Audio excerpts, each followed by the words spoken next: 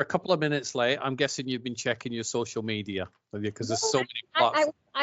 I actually just came from the dentist. I just had my teeth whitened, Ooh. and yes, and they've told me I've got to go. I've got to be without tea or coffee for 24 hours, which I cannot do. So I've gone and so I had to stop by Starbucks and nick a straw so that I can still have my tea. So Oh no! So you can't possibly go 24 hours without tea, absolutely. or which one would be Oh, no, easier to give up for 24 hours, tea or coffee? I don't do coffee. Coffee makes me ultra aggressive and racing heartbeat, ultra nervous. But tea, no, I cannot do without. So yeah. So hopefully the teeth are still looking white. I've just managed to trick it by doing it with a straw. But so yes. So sorry, I apologize. So yes. So I was in LA traffic, and then I just suddenly got your message. I was like, oh my God, it's already 2 after, and then I just raced here. So I apologize. How are you? I am doing okay, I think. Yes, we're headed towards winter now, aren't we? So the temperatures are starting to drop. Well, here they are. I don't know what it's like in LA, but where I am, it's getting a bit sunny. There is a chill in the air, but like it's sunny, which is it's nice, but I like real winters. No, you like them because maybe, what was it like in Zimbabwe when you were growing up weather-wise? This is what my husband says. He says, I never lived with them. That's why. When you have to shovel snow every morning, you change your mind. Yes, I'm with Ari on that one. And happy birthday to him as well, by the way. I will tell him. Thank you. Definitely.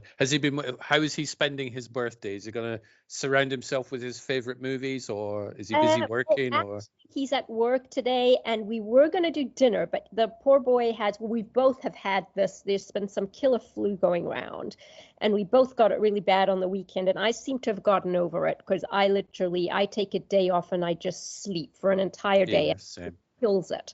And but he hasn't been able to do that, poor boy, because he's on all kinds of deadlines at work. So so it's taking longer with him. So he doesn't want to do dinner tonight. He wants to, but we're booking for next week. We're going to celebrate then. So yeah. 2 birthdays. Yes. so that kind of works.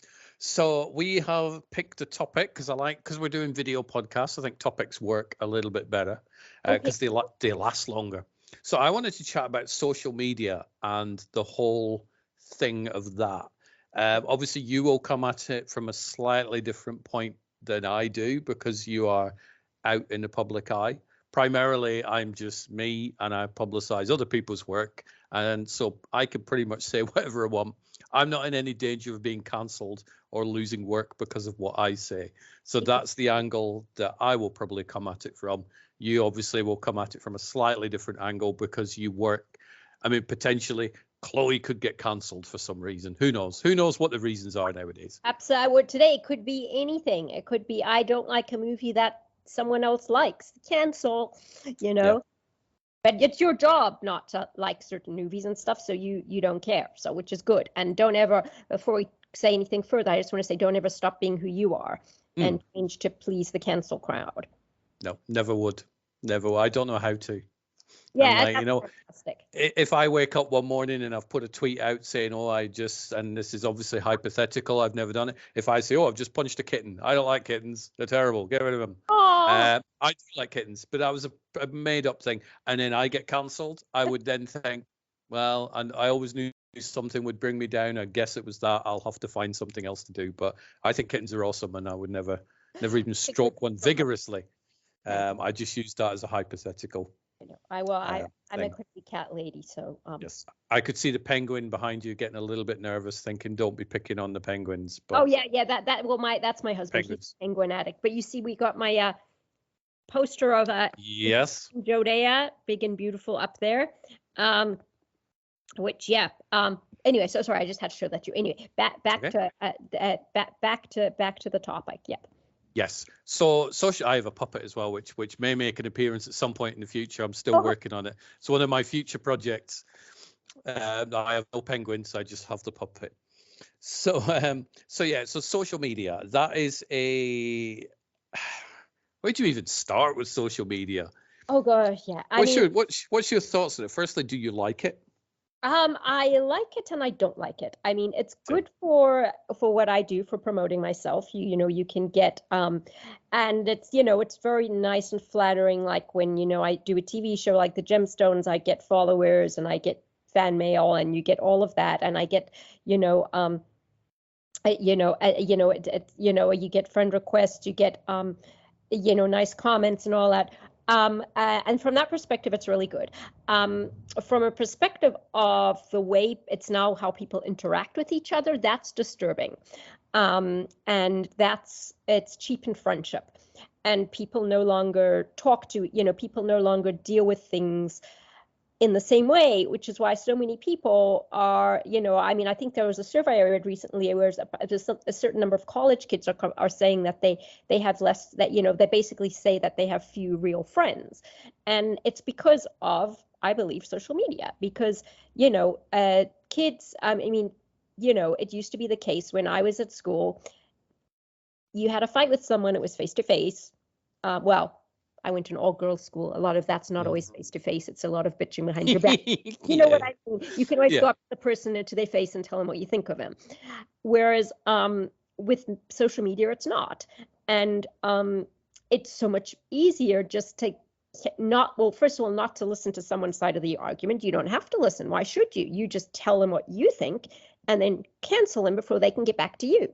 So it's kind of like it's a very much a cowardly way of carrying things out, but it is unfortunately become the norm today. And so that's my just, I don't want to go on, I can go on and on for ages, but I know we'll get to all of this as we talk. So the long and short is, I think social media is really good if you're in the public eye and if you're promoting yourself and if you've got something you want to get out there, like a movie or a book or anything, that social media is fantastic. But in regards to using it as a friendship tool and to communicate with people, and if you're having a fight with someone, to tell them what you think of them, no, I think that's really bad. I think that social media can be destructive. I think it has ruined a lot of relationships, and yeah, that's my take on social media. I always, to answer my own question, I always say I love it and I hate it in probably equal amounts, I think. I do use it, and I think if I didn't use it, I don't think half the stuff, or more than half the stuff I do, would even be a thing. There would be no podcast, there would be no website, nobody would look at the website, we wouldn't be having a conversation. I probably wouldn't have seen Introducing Joe Dare. That's right. So yeah. So there are lots and lots of things I love. There are also lots and lots of things I hate. I think social media has killed the art of discussion. Yes, absolutely. The world has become very tribal. So I like this, you don't like that. We fall out, we block each other, and people don't discuss things. Certainly not politics or religion or birthrights or human rights or anything like that. No, you cannot possibly have a discussion like that on the internet, or it will just turn into Dante's Inferno somehow. Oh, it's so true. And it's, and I think a big part of that, and forgive me if we've had this discussion before, because this is one of my soapbox discussions, is I pride myself on the fact I grew up in Zimbabwe, a third world country.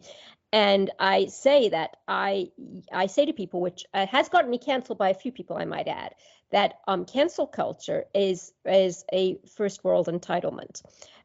Because in the third world, when you are dependent on your neighbor for everything, because you don't know what's going to happen the next day. A fire might burn down your house and you can't depend on the police or the fire brigade, because this is Africa, where a lot of the time they don't have transport. You depend on your neighbor. So you might be arguing with them horribly over politics one night, but you're going to kiss and make up the next day because you need each other. You don't just cancel them, because you cannot cancel them because you're going to need them. Whereas in today's world, especially in the first world, where we have everything at our fingertips, where everything works, so we have the internet, we have everything right here for us, it doesn't matter if you if you cancel the person you're having a fight with. Oh, they're a Democrat, I'm a Republican, vice versa, or vice versa, whatever it is. Cancel. It doesn't matter. You feel you don't need them, you just move on. And I think it's a very entitled way of thinking. I think that's so what you say about it breaking down discussion breaking that, it has broken down communication and not, and it's not a good thing. No, because I have friends of mine they are virtual friends. Yes. And so I listen to their podcasts and I'll, receive tweets from them. And I disagree with some of the things that they believe. Yes. Hugely. But yes. they're still my friends. And I'm not going to fall out with them for it. I'm not going to block them or unfollow them or, unless I wake up each morning to find they've sent me 15 messages calling me all the names under the sun. Right. Then I have no issue with people thinking differently to me. In fact, I welcome it because it provokes discussion. Exactly. And it's, what, I think back to when I think I was about 7 and I had a fight with my best friend because she didn't like the same brand of cereal that I liked. And I came home and I told my mom I hated her. And my mom sat me down and she said to me, one man's meat is another man's poison. You like something she doesn't like. She likes something you don't like. This is how the world is. Everyone's different. And that was a conversation my mom had with me when I was 7. And it's funny, the lessons your parents teach you when you're very young stay with you. And I've always remembered that. And I've never let someone else's likes or dislikes affect my friendship with them because we are all different. If we were all the same, it would be so boring. And there'd also be way more competition for the things you like. Like, I'm really glad a lot of people don't like my favorite wine because otherwise, I wouldn't be able to have it. It'd be terrible to find it sold out all the time. So, so it's a good thing when everyone doesn't always like the same things you like. But that's it's just so crazy that people just now will, in today's world, will just literally cancel someone because they don't like what you like. I mean, we're seeing a lot of this at the minute where Aquaman 2 is headed towards its release. And I've seen groups of, people on Facebook where I've seen most of that, but X, I have to not call it Twitter anymore. I can't get used to X. I have no idea what it's about. I can't get used to it either. I don't know why it started. I don't care, but I still call it Twitter. Yep. But let's boycott the film because Amber Heard's in it and we don't like her. It's like, well, firstly, you probably don't even know her. There may be one person in that entire list that maybe has met her and maybe she owes them $2 or something. I don't know why. Yes. But the majority of people don't even know her.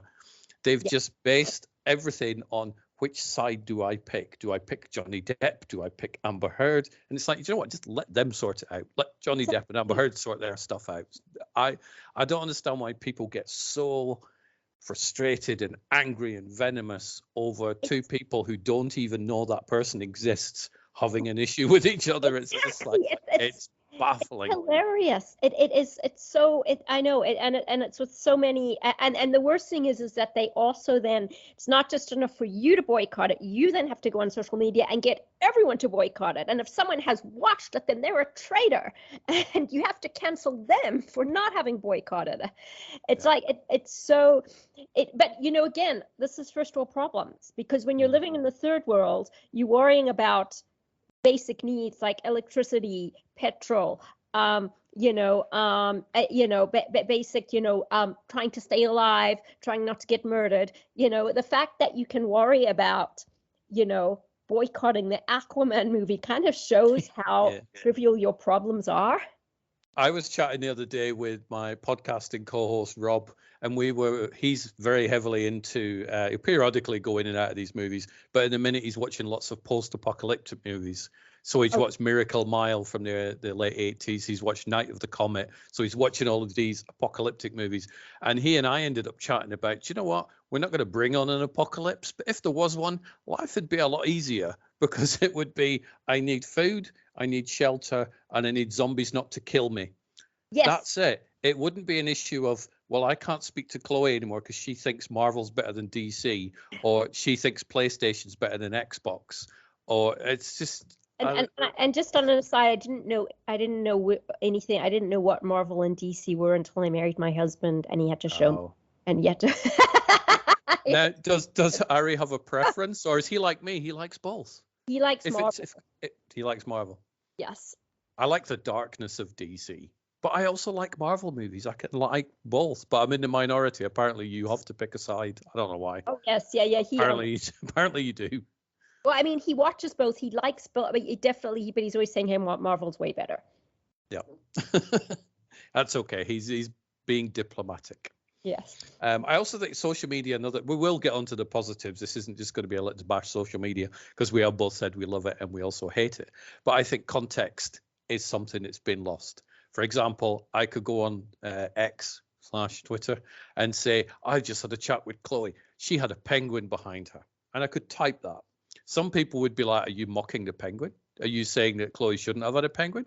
Or some people will also say, oh, that's cute. You're mentioning she has a penguin. And they'll be happy. It depends what's in the person's head as to how they read the text that you've typed out. Context is a big issue. Many times I've had people coming back at me for something, and it's like, it's not what I said. Maybe you've read it that way, but oops, you've misunderstood it. Someone might have thought you said she had a dead penguin behind her. She's a bird killer. Yeah. That might be a real penguin. Is it a real penguin? Does she keep real animals in her house? Let's cancel her. But that brings me back to there was that the context thing, what you were saying, and the animal thing. Remember, that was about 10 years ago. Someone had a photo of Steven Spielberg on the set of Jurassic Park with the dead dinosaur, and someone posted as a joke and said, "Look what this terrible human being has done," and the outrage, and all these people were saying, well, it was a poster of Spielberg with one of the fake dead dinosaurs from Jurassic Park, which it was just so. It's funny how people like to get angry, isn't it? Isn't that? And they do seem to, and they'll say they don't, but they really do. They seem to thrive on just spitting venom at people, and I don't understand that logic. It's very strange. Being angry is very stressful, and why would anybody want to be stressed or angry? Exactly. I don't quite know. I know it's insane. So how are you finding social media now? I mean, I was looking up some of the dates, and I used to have a MySpace page. That was it. That was my only form of social media, and it was great. And I'd do a little blog journals and little updates, and that's when I did my first little travel film, was through MySpace. And it was easy. You had emails, and then you had MySpace. Now, at the minute, and I wrote them down, I have an X account, Twitter, Facebook, Instagram, Blue Sky, Threads, and then separate to those, I have a TikTok and a YouTube one. Wow. That's too many to maintain. I don't maintain those as much as some of them on the list. Some I'll spend a lot of time on. Others I'm like, I'll check it once every 3-4 days or something, but too many. I do. Yeah. I mean, no, it's true. It's true. I do. I mean, I only use social media for promotion, film and stuff. And yeah, I don't have nearly as many as you. I have Twitter, I have Instagram, I have Facebook, I have Reddit, which I hardly check.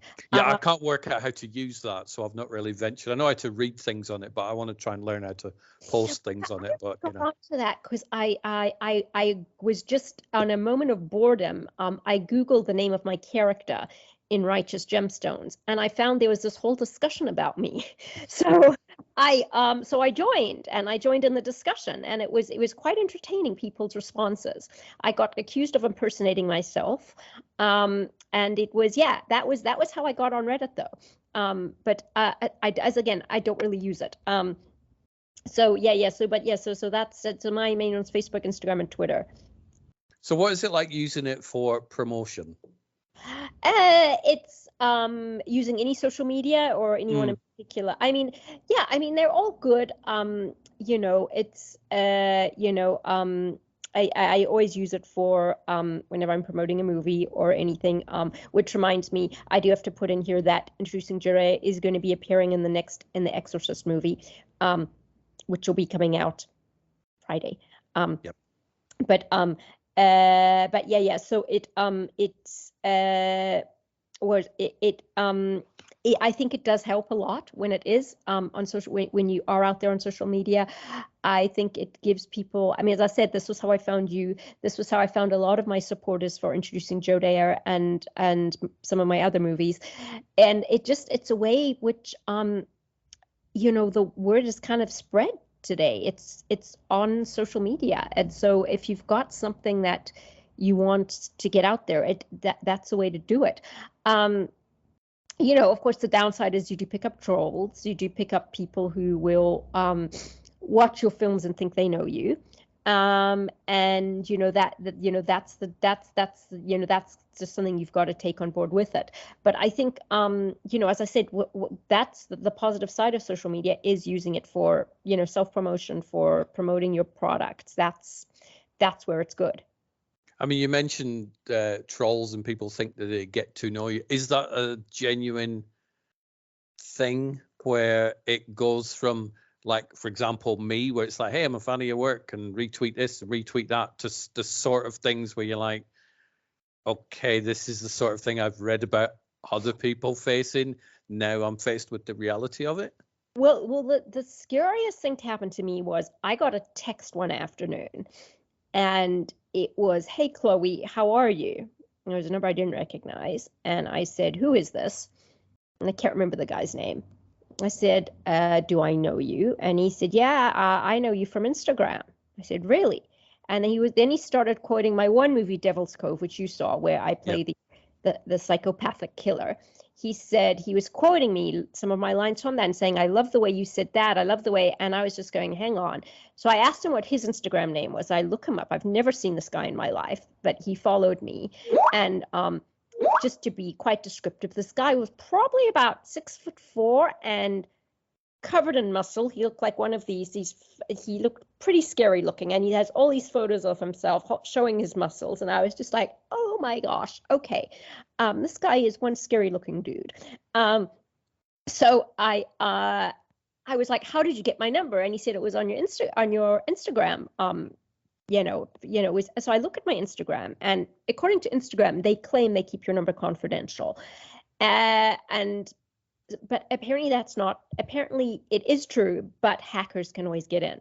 So no. Okay. When that happened, I went into Instagram and I was trying to get rid of my number, and they wouldn't let me. So I ended up having to make up a number, just deleting my real number, and which, God forbid I'm ever hacked, because and they want my number, it's going to be a problem getting in. But I had to do that. It really scared me that this person had kind of managed to find my phone number just by by hacking his way into my Instagram account. So that was pretty scary, because you don't expect a text like on your mobile. That's the last thing you expect. No, I mean, a private direct message or something, you go, okay, that's clearly how people get in touch and stuff. And Instagram's pretty bad for spam and hackers and stuff. I think out of all the profiles, all the platforms that I'm on, I think that's the one where most of the spam and the creepy people tend to pop up. And that's just my experience. Obviously, I'm not a filmmaker or an actress or anything like that, but that's the one where I very rarely. You get a lot of people impersonating other people on Instagram as well. Oh, for sure. And you get it's I get I mean, I've now, I don't know what I did after that, but I did something to secure my filter, so I now see they all come through as message requests. They don't come through to my inbox. So but yeah, I get a lot of those. Yep. And anyway, sorry, did I cut you off? No, not at all. And did that make you change? Obviously, you put the security in place for your Instagram, but overall, does that make you think any different of social media, or do you just? I mean, yeah. No, I mean, I don't feel scared or anything. So yeah, no, I do. I'm now super paranoid with. I change my passwords regularly and stuff. With all my accounts, and so yeah, I am careful. I mean, I don't feel threatened because I don't have my address anywhere. At least I hope I haven't gotten anywhere. And so I don't. That's the only thing that scares me. If someone ever found out where I live, that would be pretty scary. And and most of the stuff I get from people I haven't met have been people who've seen me in Gemstones or people who've seen Joe Dare, and it's mostly really nice comments they usually post, or they send me a private message, and that's pretty harmless and stuff. It's I have had people ask for my phone number, and I just politely say no. Yeah. But mostly it's I mean, I think you just kind of have to just keep just kind of keep on top of things. I mean, I'll get people asking me, not so much for my address, but I will get, well, what town do you live in? And it's really? Like, no, I always say I'm near such and such a place, near Manchester or whatever it is. And because usually they'll ask me what country I live in. It's on my profile. So clearly you're not reading my profile. What's my first name? Again, that's on my profile. So they're not reading it. So that's always a red flag that it's somebody up to no good trying to find out information. Yeah, why would they ask that? I mean, surely they'd do their homework first before approaching you. That just makes them sound pretty amateurish. Yeah, and it does obviously send up a red flag going, well, clearly you've not read anything, so Yes. obviously the questions you're asking me, So they're for some nefarious reason. What are your bank account details? I've had that. Yeah, I've had that. The common one in Instagram's quite bad for it is people will message you. They'll send a friend request. They'll look like they're one of your friends. So it's somebody you know on another platform. With me, it's lots of actors. And they will say, I've just seen your name on a list. Have you had your check yet for this big amount of money? And I'm like, no. And I did that at first. I'm like, no, what you talk? Oh, I've seen your name on a list and I got my $20,000. You should do it too. And I'm like, okay, how do I do that? Click this link. And I'm like, no chance. But then I would go through, and once I'd seen this a few times, they would come in and go, oh my God, have you had your check? And I'd go, yes. And they go, I've seen your name on the list and you should apply. I'm like, I did apply and I got my $25,000. Oh, wow. And I've now bought a new Porsche. And like, yeah, do you want me to give you the link so you can get your money? I'm like, you've clearly not read it. I've already got. So you can smoke them out that way if you just play around with them. Be a bit like a cat who's playing with a mouse before it, kills it. You know what did happen to me though? It's like when I first experienced being in the public eye, when I did my stint on Gemstones, and I started to get these people who saw me and recognized me. That was when I got my Facebook account hacked. And I think you remember, because I had to start up a new Facebook account. And it was really, really infuriating because you can't, when Facebook gets hacked, forget it. There is no way you speak to a human. You cannot get to a human being to explain my account has been hacked. I just forgot about it and started a new account. But about a month or so later, I got an email, and as the title of the email, they had my old password. They said, we know this was your password. And I was like, whoa. And of course I opened it, and they said, we will, you need to give us $4,000 because we have access to that video of you, which will go viral and ruin your career. I've had that one. And now part of me was really insulted. Like, am I only worth $4,000? And second part of me was, what video and how good do I look? Because let me see this, because this may be something I want to go viral. I'm just kidding. But but yes, that was apparently something these people were doing, was like trying to get money out of. That was their way. Yeah, it was. And apparently I heard of cases of people who actually paid it. I was like, are you crazy?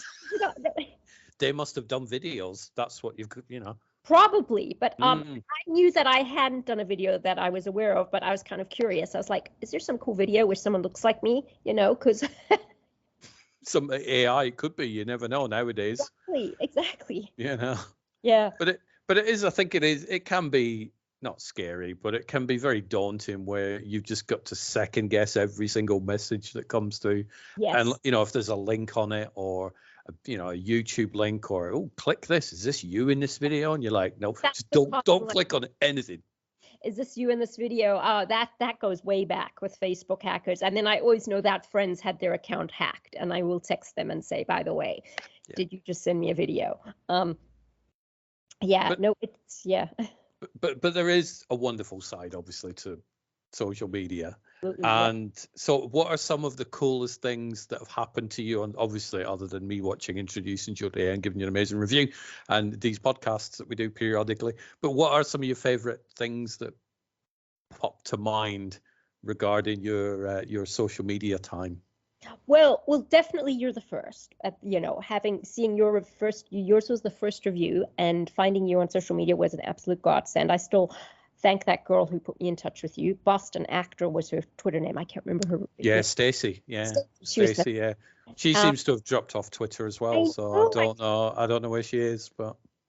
And then it was just finding people who saw Gemstones and and were legit fans, and then of course I got them to watch Jodea and their feedback, and it's really nice. Like, one guy asked if I could please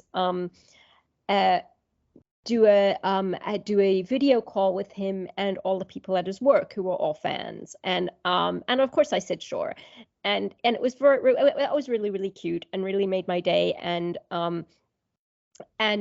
you know, stuff like that, and then of course you get people, you know, so that's been a huge plus, finding people who legitimately like your work, finding your own pool of fans who will support you, and when you post something and when you've got a project, and they're so sweet and they're so loyal. Like, so when I did this TV pilot and I put it there, they were all, you know, went to see, you know, saw it and gave feedback. So, you know, that's it's so sweet. I so appreciate that. And then of course, you know, I do get the ones who are a bit stalkerish, who will post on everything I post, they'll like and message, and but then, you know, you see, it's like, you know, some, you know, I mean, actors are the most insecure people out, and I think I fall into the most insecure of insecure, like the ones who like are continually liking my stuff. It's like, if I don't hear from them for like a few days, I'm like, what happened to my stalker? You know, where are they? Why won't they come back? You know.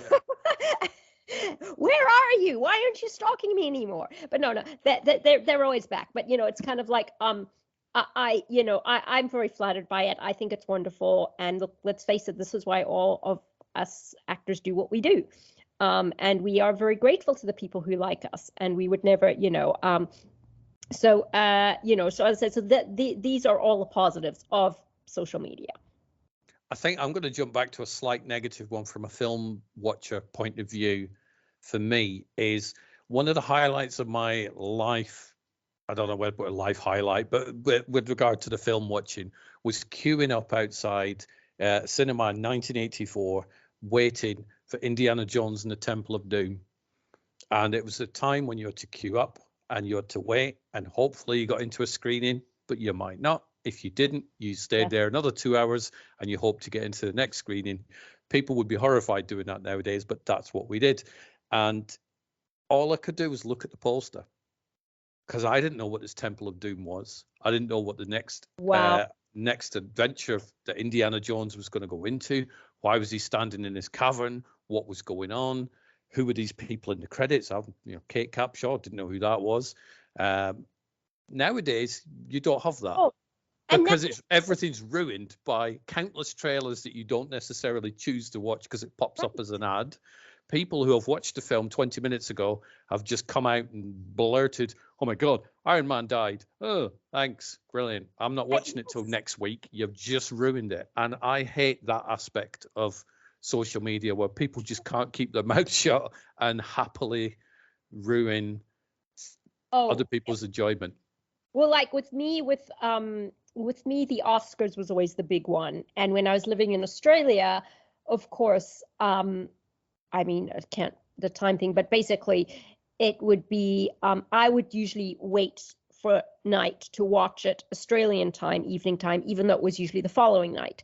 So the day of the Oscars or the day after the Oscars, which was always the Monday, I would not switch on the news, not watch any social media, because I didn't want to know who'd won what. I wanted to sit and watch and pretend I was watching it as it was happening. Obviously, that's no longer relevant now that I'm over here.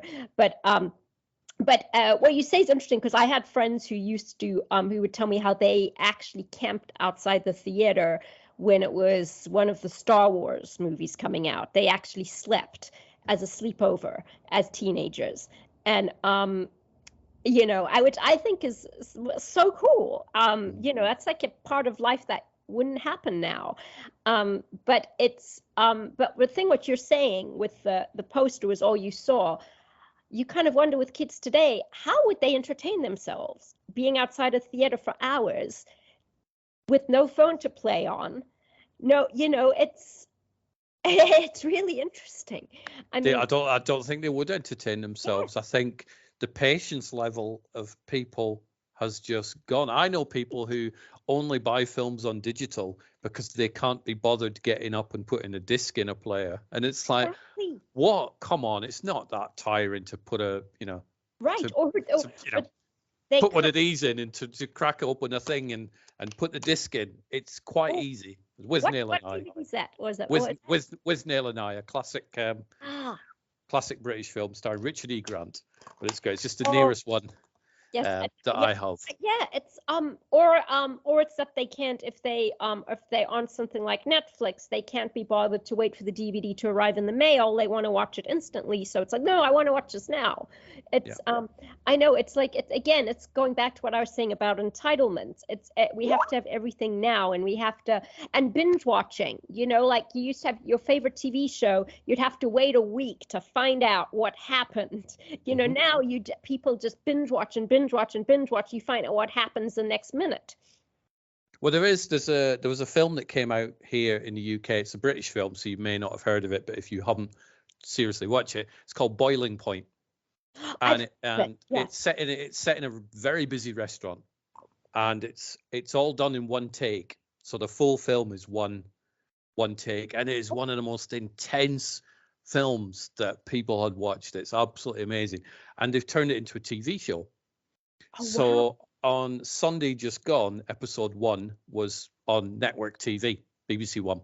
So sat down and watched it. Oh my God, this is great. But then I found out that they're all on the BBC iPlayer, which is effectively like a catch-up streaming service that's free. We get that free as part of the license fee here in the UK. And I didn't want to watch episode 2, 3, and 4 because I really enjoyed the Sunday night event thing. But yeah, a lot of people didn't. People were ruining it. Oh, it's because I'd put on social media, I've watched episode 1. It was amazing. I can't wait for episode 2. The amount of people that came back, well, you can watch it on the catch-up thing. And I'm like, no, I like the fact that I was sitting there watching it live. Yes. And I've now got to wait a whole week. I seem to be regressing to my watching habits of my younger years, and I quite enjoy it. I like doing that because otherwise I would have watched all 4 episodes, and it's like, right, what next? We see. I'm also someone. I'm always doing something. I am the most. I mean, look, I'm working on 7 different projects. I have projects in various stages of production, and I don't have time to binge watch. So and my mom's always saying to me, "Oh, you've got to watch this net series. You've got to watch this web series. You've got to watch." And I'm like, I have a web series. My web series queue is like a mile long right now, but I won't watch more than an episode a night of something. So right now, my husband and I are watching reruns of Frasier, which I love. It's that classic 90s humor, which is hilarious. Such good writing that script has.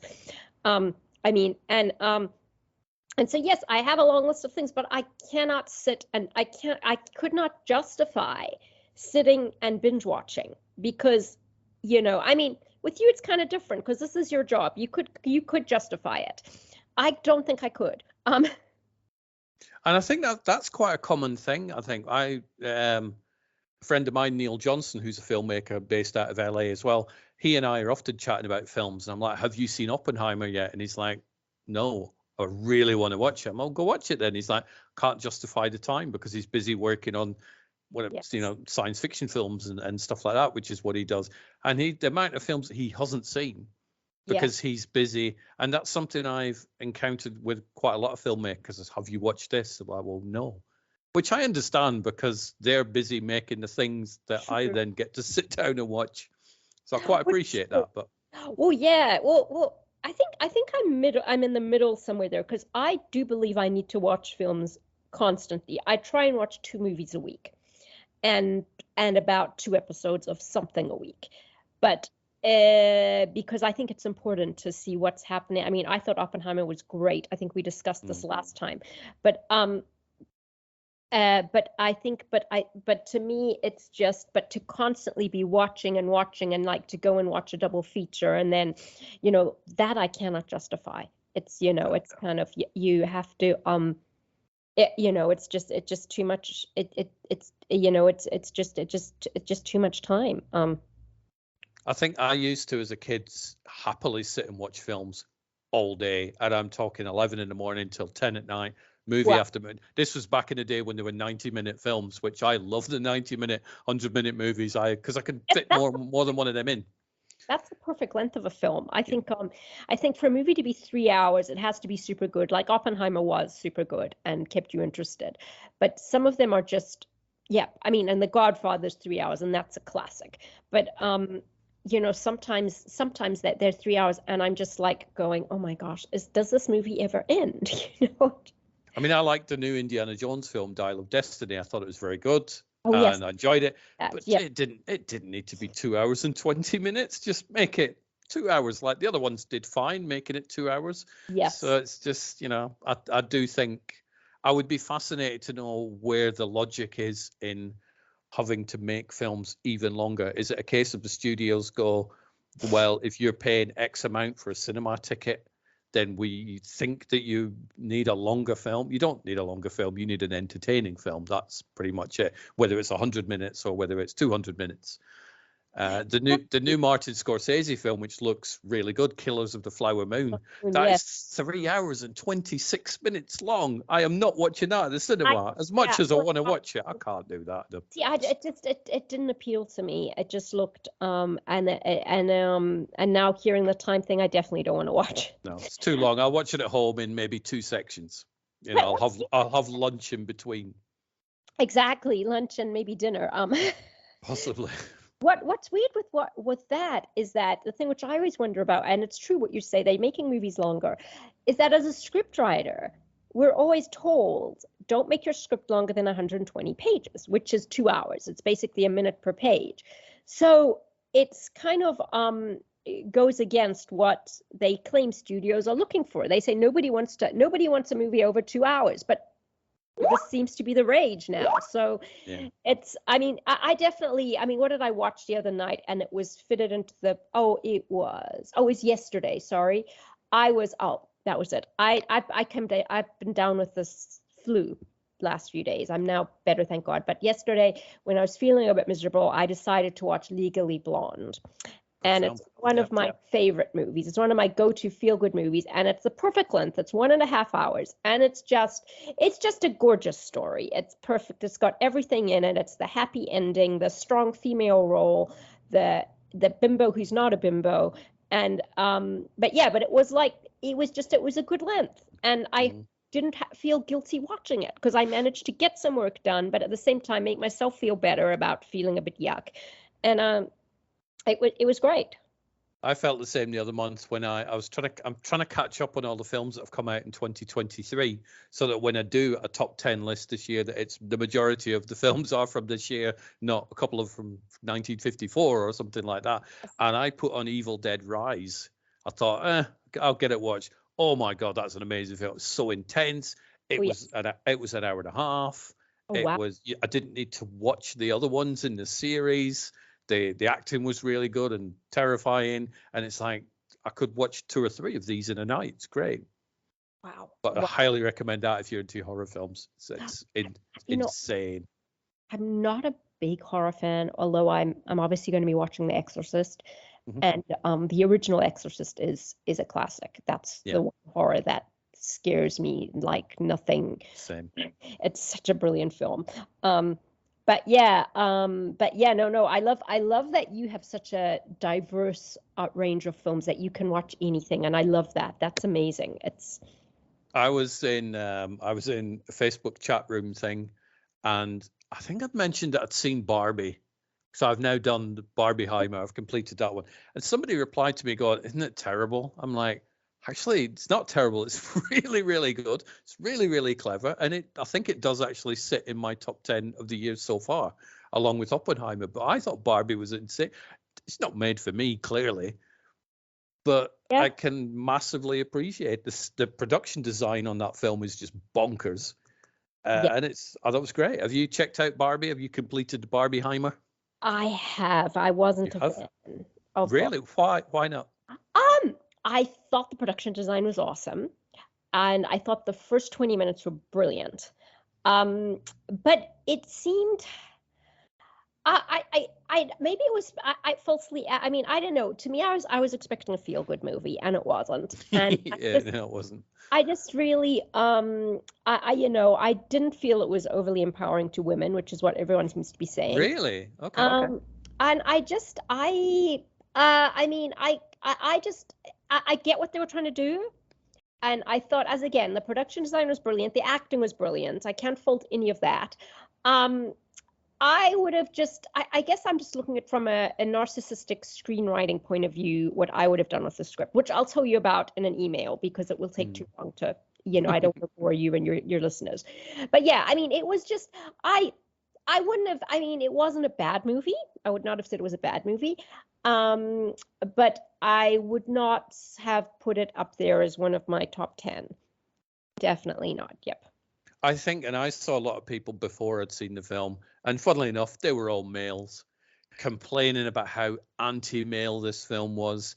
And I'm pretty sure it's not going to be anti-male, but I'm just curious to watch it through those eyes. I didn't see it was an anti-male. I thought, just because it's pro-female doesn't necessarily mean it's anti-male. Those two things don't necessarily. It's not one or the other. Well, that was actually one of the things I thought was pretty clever, because it nails, I mean, as a little girl who grew up playing with Barbies, it nailed it pretty well. Like, at the end of the day, Barbie only has Ken to be Barbie's date. I mean, really, he could be anything. It's all about Barbie. And so I kind of really like that whole thing of Ken can't do anything without Barbie. So he has to wait for her to, wave at him before. And I like that. I thought that was cute because it's actually true. And so I didn't see that as being demeaning to males. And I think most of these guys probably taking themselves too seriously. But it's like, you've got to just look at it as it's how, that's a little girl's world. It's Barbie is everything. Ken is just her date, Mm-hmm. In fact, my sister and I often used to scribble all over Ken's face when we got mad, but we couldn't touch Barbie. She was sacred. So right. It was, but it was just, so I actually liked that whole thing of Barbie Land and Barbie, and Ken does play second fiddle in Barbie Land. So no, I didn't see it as anti-male at all. I thought it was a cute movie. It just wasn't. I was expecting, put it this way, I was expecting something more like Enchanted. Did you see Enchanted? I haven't seen Enchanted, no. Oh my gosh, you have. No. Well, you should. I mean, you're open to all things. Enchanted is gorgeous. It is it basically is about a fairy tale princess who ends up in New York City, and it is gorgeous.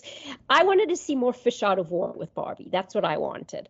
I wanted I saw so much potential when Barbie was in the real world, and that's what I wanted to see. And Enchanted is full of that. Enchanted is just this gorgeous. Yeah, you can't not like it. It's a gorgeous movie. It's a feel-good movie. It has it's great. And also, Ken and Barbie didn't end up together. I didn't like that either. True. But we're talking about social media and stuff. I mean, obviously Barbieheimer came from social media. This wasn't some studio executive that came up with this idea and went, do you know what we could do? We could pair these films off together. It was social media that created this thing, and it just took off like a whirlwind. Well, it was sorry, you were saying something? Yeah, it's sort of. And it was because of that, I think a lot of people went to see Oppenheimer that probably wouldn't have gone to see Oppenheimer. I saw people going to see Oppenheimer dressed in pink. So they were clearly doing the Barbieheimer thing because nobody wanted to be left out. Yes. No, for sure. No, that I was reading about, that actually started out more as a rivalry thing, the Barbenheimer. I mean, look, as I said, I saw both. I thought Oppenheimer was fantastic. That would be in my top 10 movies. Barbie, I guess it wasn't a bad movie. I was just expecting something else. I know I was reading a lot of stuff online. A lot of parents were angry. They were like, this isn't for children. Yeah. But it's it's not a kid's movie. No, it's not. But I think it should have been a kid's movie because Barbie is for kids and little girls want to see Barbie. So that was, but basically, so as I said, it wasn't a bad movie, but it wasn't one of my top 10. It does always make, because I saw a lot of the stories where mothers were unhappy that the content that was in Barbie, like, this isn't a child's film. And it always makes me laugh because it's like, as a parent, do your research about what you're going to take your child in. Don't discover what it is when you're in there. Do your research beforehand, but they never do. When lots don't. It was also rated here anyway, no under 13. So I don't know what it was rated there. It was a 12. It was a 12 certificate. Right. Here. So they should have known something. I mean, and there wasn't anything too bad in it, but it was just, I mean, if you're going to take your 7-year-old and you see it says no under 13, it's just, I mean, it's a little silly. But yeah, so no, I haven't. I know there's going to be some good stuff coming out soon. I haven't been at the theater, haven't been yeah, I mean, I mean, as I said, I'm now making it a thing, as you know, you saw my Facebook post that time a few weeks back. But I want everyone, to me, it's important to keep theaters alive. So I always want to keep going back to the theater and see what's on. And so now we're going to be approaching Oscar season, so there'll hopefully be a ton of good movies coming out. Fingers crossed the SAG strike I know is resolved. The WGA, the writers, well done on them. So Yeah. that's done. So fingers crossed. It will happen with SAG as well. I think they'll come to a resolution soon. Yeah, I hope so. Yeah. So I would recommend Mission Impossible: Dead Reckoning Part 1 if you've not seen that. That's good. Okay.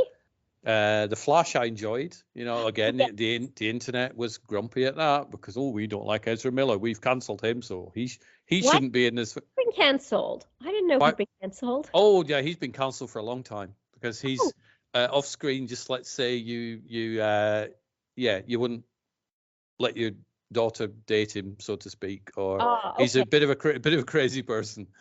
So obviously people were mad at that. So they wanted the film cancelling. Oh, at some point, a topic I want to raise, and this is for a whole new discussion, is should people be cancelled? Because of what's happening in their private lives? Because I don't think it should matter. I think a good film is a good film. I think a good book is a good book. A good piece of music is a good piece of music. And when you look and you read about the histories of all these great artists, none of them are good people. No. And you're going to cancel absolutely anyone who wasn't a good person. We're not going to read their works. We're not going to watch their movies. At some point, you kind of have to actually, say, yeah, that's what they did, but this is their work. You have to kind of keep it separate. I think there's two, and we could touch upon this stuff because it is a fascinating one. Can you separate the art from the artist? Yes. So I'll use you as an example, and I'm going to bring in the wonderful Penguin as an example as well. So this is like penguin centric. So say you were horrible to the Penguin, right? You're not horrible to the Penguin, but let's just say you were, to the point where I can't believe that Chloe's punched a penguin. This is terrible. We need to cancel. So you've got the usual cancel culture where people are, we're going to cancel Chloe because she punched a penguin. Yes. Okay. Well, I don't subscribe to that way of thinking. If you're in a film that's been made with yourself and hundreds of other people, I'm still going to watch your film. Right. It's fine. But if I believe strongly that, hang on, you shouldn't have punched that penguin, but you're doing a one-woman show that you are putting on yourself and you're going to stand on stage and it's just you, I may not go to that show. Right. Well, I think also it's like, if you personally have a problem with it, then don't watch the film. But to insist that the person is canceled and that nobody else should watch the film is something completely different. It's like you may have, it's if it's something that's unique to you, you have a personal issue with what this person did, then fine. But I just think, cancel culture is getting out of control. And I really think that art should be kept separate from people's private lives, no matter what they do in their private lives. And I think if you personally have an issue with it, don't see the film. I still watch Rosemary's Baby from time to time. It's a masterpiece. I think great film. You go into the history of Roman Polanski. Maybe some people have an issue with that, but I still watch Rosemary's Baby. I still watch Frantic, starring Harrison Ford. Chinatown. I think he's one of the greatest directors ever. Same with Woody Allen. I think these guys are masters of their work. And I think the Woody Allen one's a weird cancellation, though, isn't it? Because it's like, well, people go. So the Roman Polanski one, you go, okay, so he fled a court thing. He had apparently committed a crime that he'd been charged for, but he ran away and was never sentenced. You go, okay, I understand why somebody might want to cancel Roman Polanski. The Woody Allen one, well, he started dating his adopted child and he married her and they're happy. Yes. Where's the cancellation? I don't get where the Well, What's yeah, wrong with? I mean, yes, maybe it's a little strange. it's Maybe it's, but it's kind of a little. I mean, I think it's just a bit that she was his daughter technically, but yeah. it's. I mean, and I can see why that's off-putting, but I don't see why it stops him being a great director.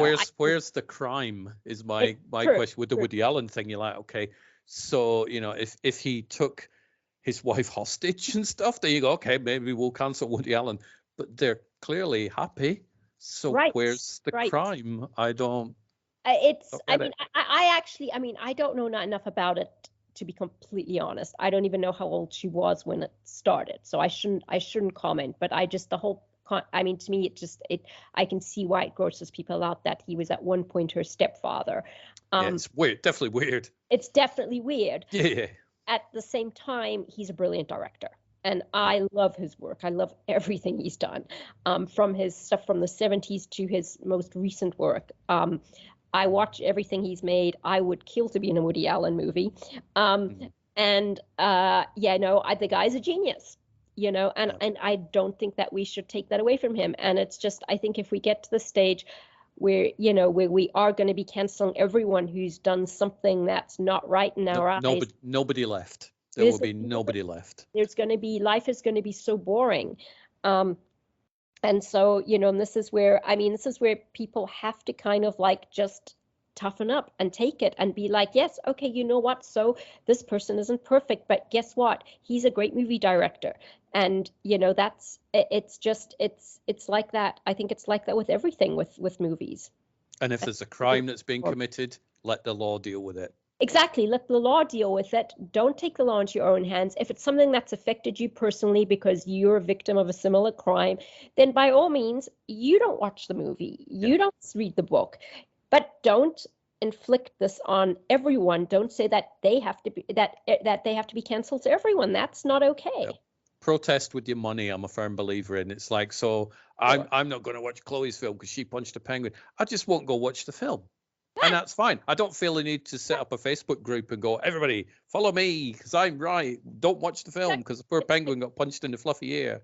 Just Exactly. it's crazy. So it's the whirlwind mob mentality It is of social media, and I wish that would calm down a lot because social media is great. You get to chat to movie stars and Yes. I could name drop for the next 3 hours with some of the people that I speak to on social media and have done, unfortunately. Like William Friedkin, for example, he and I were Twitter friends. And it's like that would never happen Yes. without social media. And it just blows my geeky little mind that was even a thing. Exactly. And who you didn't you have Oliver Stone following you? Still do. Oliver Stone, I could name drop to make a film fan cry their eyes out. And Oh, absolutely. it's just weird. It, I it's love it, but it's very strange. I love that too, and I think, and it's also, and that's where, and when social media did become good was during lockdown. I find myself I was able to communicate with people I never would have been able to communicate with because everyone was bored, everyone was online. So, but I think, I think with the thing with this mob mentality, I think people are angry. I think, again, I think it's an entitlement. I think these people who are angry are entitled. They don't have problems. They don't have real problems. So they've got to like take it out on, Amber Heard and Yeah. whoever. I think Gina Carano and Yes, and Kevin Spacey and there's a whole list of for mistake. I people. mean, like with Kevin Spacey, the guy's been declared innocent. I mean, is he ever going to be able to work again? The same with Bill Cosby. They're both technically innocent now, but it's just I think the Cosby one's a bit like the O.J. Simpson one, and you're like, I don't know. But the Kevin Spacey one, he was found innocent on two sides of the continent. Right. And it's just, but I don't think he's going to be able to work again. I mean, I think they've come, and it's just, again, I do think it was unnecessary when they reshot that entire movie again without him. I thought that was really unnecessary. I'm not that I don't love Christopher Plummer. I think he's a one in a billion. I love him. But what made me laugh was apparently just after they shot it, apparently something came forward that Christopher Plummer had done something. Ridley Scott's like, I can't do it again. I'm not reshooting it again. I mean, and I'm sure it's a great movie. I haven't seen it because I have a very bad taste in my mouth over what they did to Kevin Spacey. I didn't think that was necessary. They did not need to do that to him. But I just think, I think it's just really, it's just really sad. And also with a lot of these things with cancel culture, you're looking at cases with, sometimes it's something that goes online that's not even true. I mean, for example, someone might hear a little bit of this conversation. Chloe Trachos punched a penguin. Suddenly that goes viral. And suddenly I'm canceled. And then it's like, it turns out, by the time you check the source, it turns out it's not even reliable. And that's too late then, isn't it? I mean, we can see the penguin's fine behind you, so those rumors will get squashed. But no, that's exactly what it's like. Yeah, it's sometimes it takes like an irate employee, someone who wants to get you. They just go on. I mean, look, I have a friend who's a beautician. She's my beautician. She's the most beautiful human being you could ever meet. Kind, lovely. I can talk about everything. She's like a mother figure to me. She fired an employee recently. I might add, her employee who she fired was white. Suddenly this review goes up calling my friend a racist. Now, the only person it could have been was this employee, because they and it came out of nowhere. And Yelp you can't take reviews down from, and you can add better reviews and do stuff. But it was literally, and I said to her, I said, look, you have, it's something like, literally, she's something like 500, I kid you not, excellent reviews. I said, people are going to see that. They're not going to pay attention to one silly little review. But the fact is, in today's world, little things like that can ruin you. Yep. And that's got to be the most terrifying thing. Yes. And especially if it's a case of, you see this more and more going, so, and this is an example. So 15 years ago, Chloe, you punched me in the face, called me some horrible names. 15 years ago, prove you didn't. Exactly. And that's the terrifying part when these, and obviously there are some historical cases that are proven to be true, but how, I don't even know. I can't remember where I was last month, let alone 15 years ago on a Thursday in September. I have no clue. Couldn't do it. And also, I mean, also when you think of things that people do when they're in college and get drunk and do stupid things. And I mean, I can remember in high school and stuff. I mean, I can remember guys streaking across the lawn. And I mean, you could kind of like, I'm sure they don't even remember it, but you could always say, it's just so crazy that someone could come forward with an accusation like that, and then someone's life's ruined, someone's canceled, and it's really unbelievable. There has to, at some point, there has to be something to stop all this, to hold it all in check, because as you say, social media is a big part of why things are the way they are today. It like literally just takes a minute. The next thing you're seeing it's a minute for something to go around the world. I watched a film last week, which is a British film, but hopefully it will make it to the US. I think it's on Netflix. It's called Accused. I've seen that. Remind me again that it is with the guy who is in a train station, and it's on the same day that somebody detonates a bomb in the train station. Oh no, I haven't seen that one. No. Okay. So he gets, but he's fine. He wasn't aware that there was a bomb. He goes back to his house and he boots his laptop up and checks the social media and sees all these people talking about who's the London bomber. Who is he? We must find them, because as you would do, somebody's doing that. You're going to try and find them.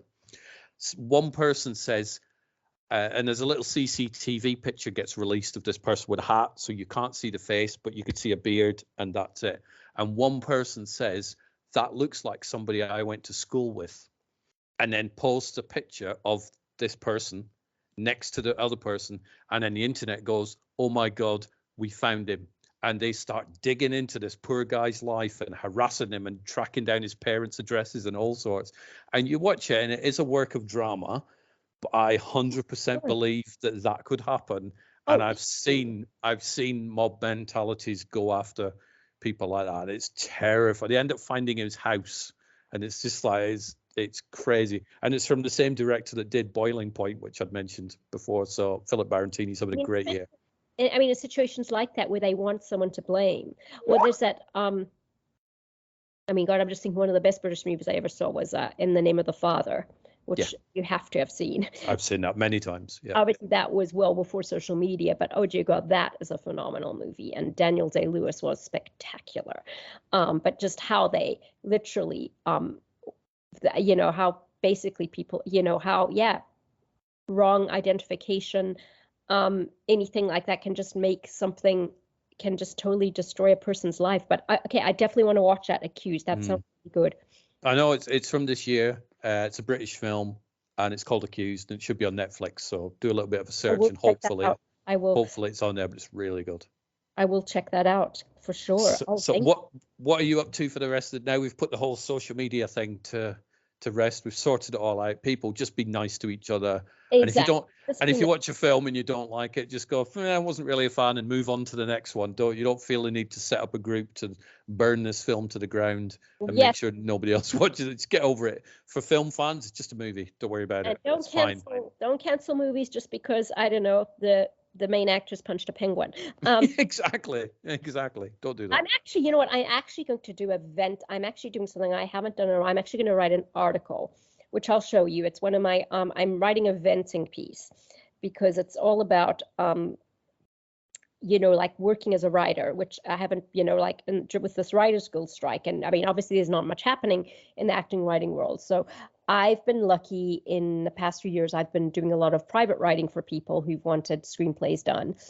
And so I was trying to do a lot of this during the strike. Obviously I can't do screenwriting, but just talking to people who want biographies written. So I just, it is just going to be a common rant. It's just a rant of mine. And this article is called, So You Want to Be Paid for This? Because this is something which I have had. And the most recent case was a few days ago. I was due to meet this really, really, I might add, incredibly wealthy man who approached me and told me he had the most amazing life story. Of course, they've all had the most amazing stories, which would make the most wonderful movies. And I have to make it into a movie, and I have to make it into a book, and blah, blah, blah. And then so I said, absolutely, let's talk about it. It sounds like a great story from a little Eddie told me. We set up a time to videotape, to do a video call. And the night before, he messages me and goes, oh, are you planning on do you want to get paid for this? Well, yeah.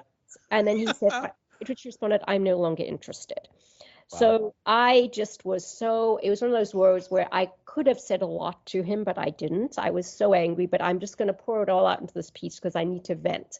And it just infuriates me, like, why do people think writers shouldn't get paid? I mean, it's like, I'm not going to compare it to doctors or lawyers because those are technically essential, but let's compare it to, say, an interior decorator. Would you employ an interior decorator and say to them, oh, you want to get paid? Of course not. You expect they're going to get paid. And if you can't afford them, don't employ them.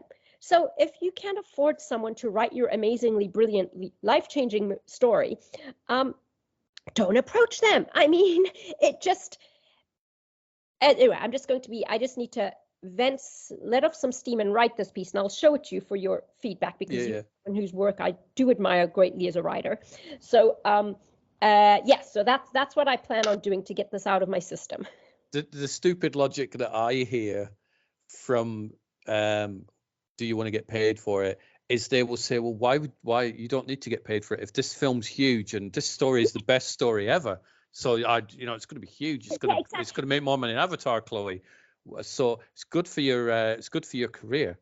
Exactly. And before it comes out as Avatar, how am I going to feed myself while I'm writing your story? Am I supposed to just, live on fresh air? Am I supposed to live on the streets because I can't pay the rent?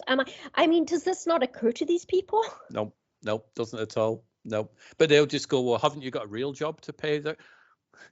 Some of the answers that you hear are just ridiculous. And I hear some of them. I at least every month I'll get somebody going, I want to be in one of your movies. It's like, well, firstly, I don't make movies, so you've clearly not done your research. I do interviews and documentaries and stuff. And they'll be like, I've got this idea. And I can't imagine what it's like to be in the industry and be approached by everybody going, I've got this idea for it. You'll love it. It's great. It's a good idea. Like, oh, not again. Yes. It must be constant. It is. I get it constantly, and it's also yes, and it's also yeah, and it is constant. I mean, ultimately, as I said, I've had some wonderful people who have paid me and have been amazing, and then I've also had some other people who are quite honest about the fact they don't have money, and I feel for them, and so I actually say, look, I can't afford to help you full time, but if you write a little bit and show it to me, I can guide you, and I'm happy to do that. But what I cannot stand are people who blatantly have money, who Yeah. can afford to spend a little bit per month to employ someone to write for them, who have the best idea in the world. I mean, if you have the best idea in the world that's going to make a screenplay that's going to rake in millions, surely you can afford to make your dream come true by setting aside a bit and hiring a good writer. I mean, Yep. I don't get the logic. It's like there is no logic. I don't think there is none. So they can go to sleep, carry on daydreaming, but or even worse, I've seen people who've tried writing themselves and they can't write. That's even worse, Yeah. you know, and that's but yeah, anyway, that's sorry to take you on that, but you asked me what I was going to be doing, and that's what I'm going to be doing. I'm going to be letting steam by writing this piece and just putting it all out there because I'm so sick of this. It's just it is. It's like people don't think that the creative industry is actually a real industry. exactly. And it's, you know, actors, you constantly see casting calls for people. I want somebody to play this. There's no money in it though. Well, I bet you're making some. Right. You know, Exactly.